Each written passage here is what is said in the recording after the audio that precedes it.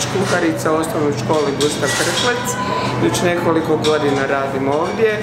Trenutno sam na užini, što znači da radimo domaće tijesta svih vrsta, prhko, dizano, lisnato, biskvitno tijesto i radimo kolače od tih tijesta svakodnevno i da budu friška, topla, hladna kad trebaju i da budu ukusna. Što se je pokazalo da djeca jako vole. Neću još vrući, tako ću potrošiti.